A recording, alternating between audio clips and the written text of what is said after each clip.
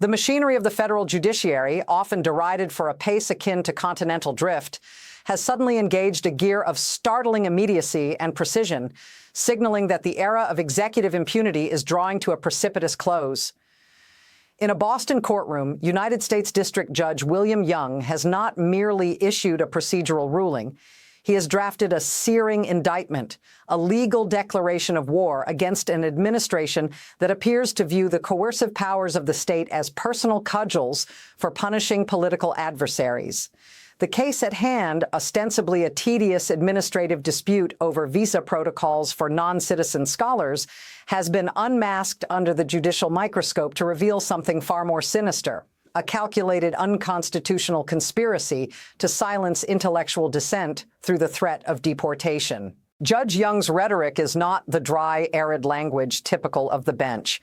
It is a thunderclap amidst a gathering political storm by suggesting that the Department of Homeland Security under Donald Trump may have manipulated immigration statutes to target academics critical of the regime. The court is addressing a fundamental perversion of the First Amendment. The specific allegation is that the administration engaged in a bad faith effort to expel scholars, not for their conduct, but for their speech.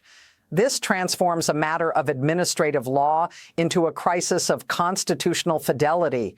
The gravity of this moment cannot be overstated. When a federal judge contemplates issuing a special protective order, essentially a judicial shield against the executive branch's enforcement arm, it marks a tectonic shift. The courts are no longer content to adjudicate the process of deportation. They are now interrogating the motive. This is the judiciary asserting its prerogative to look behind the curtain of national security or border integrity to find the rot of political retribution hiding within. The administration's defense relies on the plenary power doctrine, the idea that the executive has near absolute authority over immigration. Yet Judge Young is dismantling this shield, positing that no power, however plenary, can be weaponized to punish protected speech. It is a stark reminder that in a republic, the rule of law is not a tool for the powerful to bludgeon the weak, but a constraint upon power itself. The screws are tightening not because of partisan animus, but because the Constitution demands that the sword of the state not be wielded as a partisan shiv. Yet, as the echoes of the Boston case have scarcely faded, another legal front opens in the South, where the financial instruments used to intimidate opponents are being systematically neutralized. It is a stark reminder that in a republic, the rule of law is not a cudgel for the strong to bludgeon the weak, but a shackle upon power itself. The screws being tightened are not born of partisan animus, but because the Constitution demands the state's sword not be wielded like a factional dagger.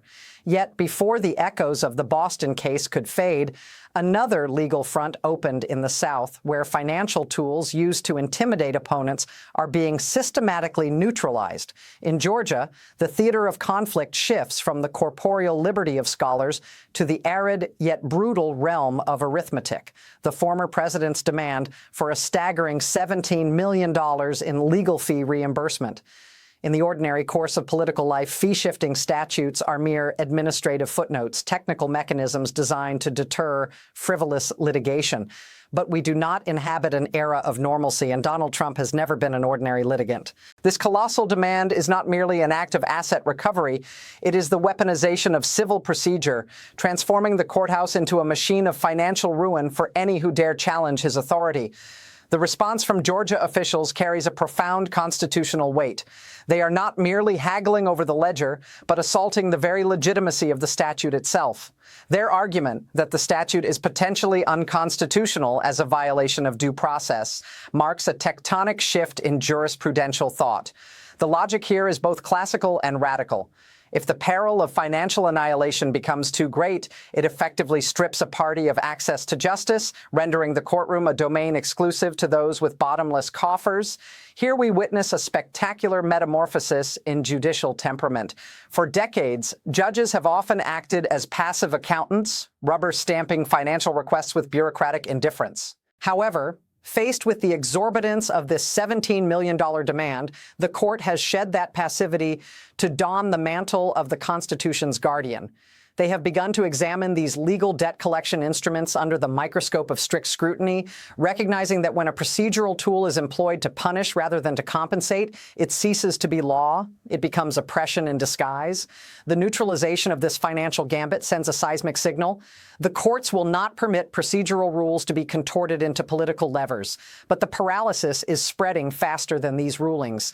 As the judiciary strips the executive of its financial weaponry, the administration's impotence is not halting at the courtroom or the balance sheet, but is beginning to corrode its very capacity to realize tangible policy ambitions. When the judiciary strips the executive of its financial armaments, the administration's impotence does not stop at the courtroom or the ledger, but begins to corrode the very ability to realize concrete policy ambitions.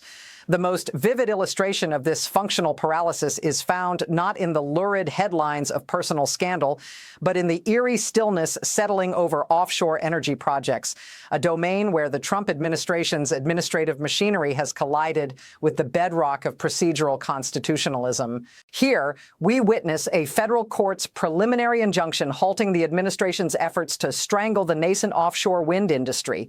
This matter, appearing at first glance as a dry technical dispute over environmental regulation and maritime permitting, actually harbors profound constitutional significance. The president, with his well-known and aesthetically personal animus toward wind turbines, which he frequently characterizes as bird-slaughtering monsters that ruin viewsheds, sought to wield executive power to suspend these projects. Yet the judiciary responded not with political outrage, but with the cold logic of the Administrative Procedure Act, APA. Federal judges are telegraphing a clear message. The executive's will, however forceful, cannot substitute for an evidence-based and reasoned decision-making process. The courts have applied the hard-look doctrine, demanding the administration demonstrate that its abrupt policy reversal is grounded in new scientific and economic data rather than caprice or political vindictiveness. The issuance of a preliminary injunction is not merely the protection of an energy project. It is a reaffirmation of the principle that the executive is not a monarch ruling by decree, but an administrator bound by established rules. This failure in the realm of energy and environment demonstrates that the judiciary's tightening of the screws has metastasized. It is no longer confined to lofty human rights issues or personal financial disputes, but has penetrated the core of daily administrative governance. The courts are refusing to grant the administration the deference predecessors typically enjoyed.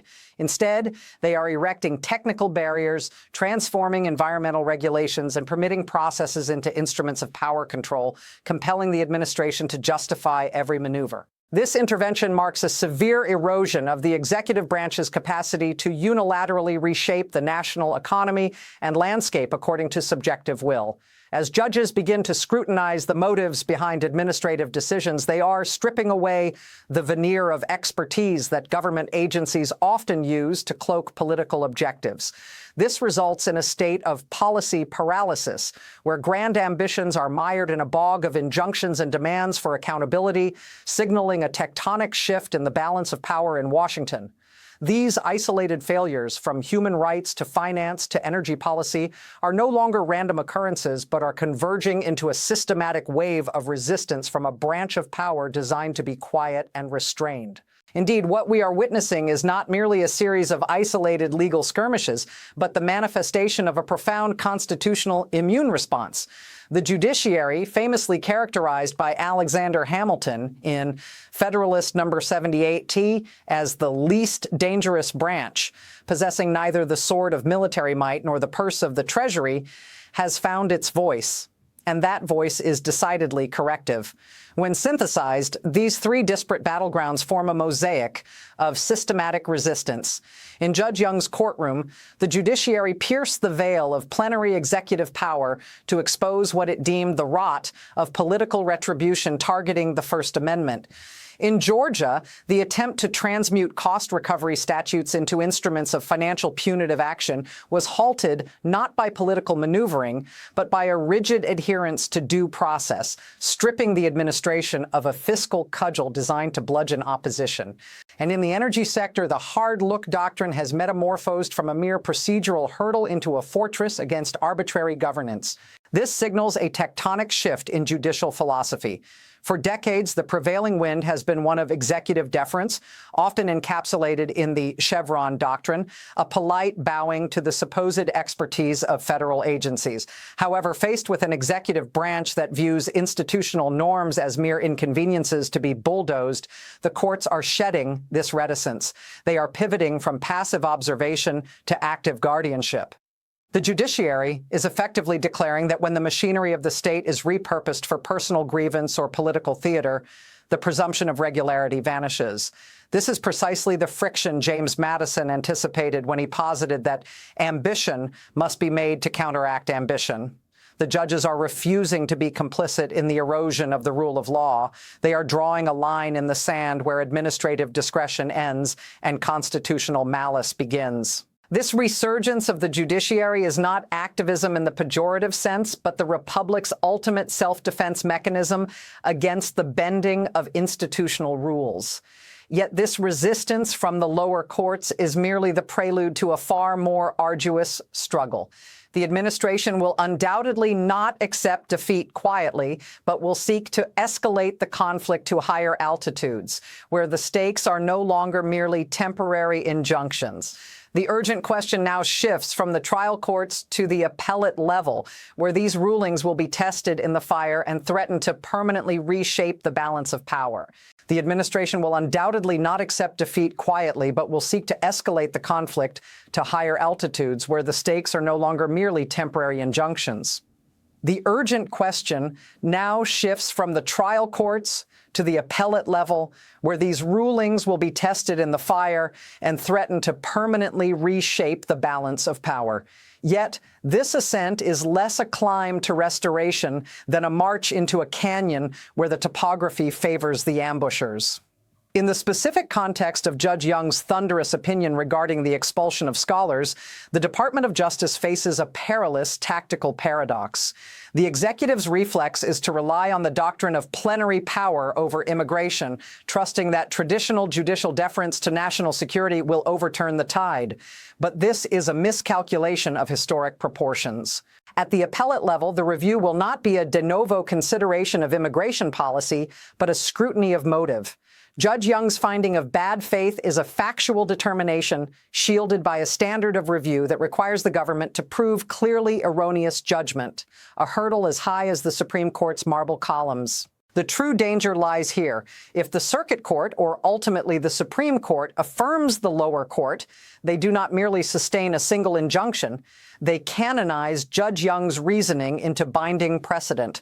A victory for the opposition at this altitude would transmute a specific check on power into a permanent jurisprudential barrier, effectively stripping future presidencies of the capacity to use visa revocations as a cudgel against intellectual critics. Similarly, in the Georgian theater, the pursuit of exorbitant legal fees faces a skepticism that transcends partisan lines. If the appellate courts validate the theory that such punitive financial demands constitute a violation of due process, the administration will have inadvertently codified a new limitation on executive prerogative. They are gambling their current authority against the future potency of the office, risking the creation of super precedents that permanently shackle the executive branch. This strategic myopia is breathtaking. By aggressively litigating to preserve the right to be arbitrary, the administration risks cementing the very restrictions they seek to evade. They are maneuvering themselves into a constitutional Pyrrhic defeat, where the effort to assert absolute power triggers the judiciary's most potent defense mechanisms. This brings us to the ultimate reckoning regarding the philosophical nature of this conflict. This strategic myopia is astonishing. By litigating aggressively to defend the prerogative of arbitrary action, the administration risks cementing the very constraints it seeks to evade. They are maneuvering themselves into a constitutional boomerang effect, where the assertion of absolute authority triggers the judiciary's most potent defense mechanisms. This leads us to the final contemplation regarding the philosophical nature of this conflict. What we are witnessing in this cascade of legal defeats, from Judge Young's courtroom in Boston to the legal corridors of Georgia, is not merely the friction of administrative procedure, but the awakening of a constitutional immune system against the pathology of unchecked soft power. James Madison, in the timeless wisdom of Federalist Number 51, anticipated that ambition must be made to counteract ambition. However, what the framers of the Republic may not have fully envisioned is the sophistication of the modern state, where oppression arrives not at the point of a bayonet, but through quiet administrative determinations, a deportation order camouflaged as procedure, a demand for fee reimbursement designed to effect financial exhaustion, or bureaucratic delays intended to strangle industrial initiatives. This is the very essence of the rule of law that I, George Will, have long defended. It is distinct entirely from rule by law. In the latter model, the law is merely an instrument, a weapon in the hands of the ruler to punish enemies and dispense favors to allies. The Trump administration's efforts to deport dissenting scholars or weaponize legal fees are manifestations of this mindset. Conversely, the recent court rulings represent a renaissance of the former model, where the law is the supreme subject, compelling state power itself to submit to the standards of fairness and reasonableness. When judges refuse blind executive deference, they are not engaging in partisan politics, but are exercising the core protective function of the judiciary. They are stripping away the technical veneer to reveal the true motive within. To protect the free speech rights of a non-citizen scholar or to defend due process against irrational financial demands is to reaffirm that the United States Constitution is not a suicide pact. It does not empower the executive branch to utilize the machinery of the state to silence the intelligentsia or intimidate political adversaries. Ultimately, the lesson drawn from this administration's legal winter is a stark reminder of limits. Our republic endures not because of the benevolence of those in power, but because of the solidity of institutional barriers. When the executive branch attempted to turn soft power into an iron rod, they collided with the granite wall of an independent judiciary. This is not a constitutional crisis. It is the Constitution working exactly as designed. This friction, however painful and costly, is the sound of liberty. To continue following profound analyses on the mechanics of American politics and the constitutional collisions shaping our era, please subscribe.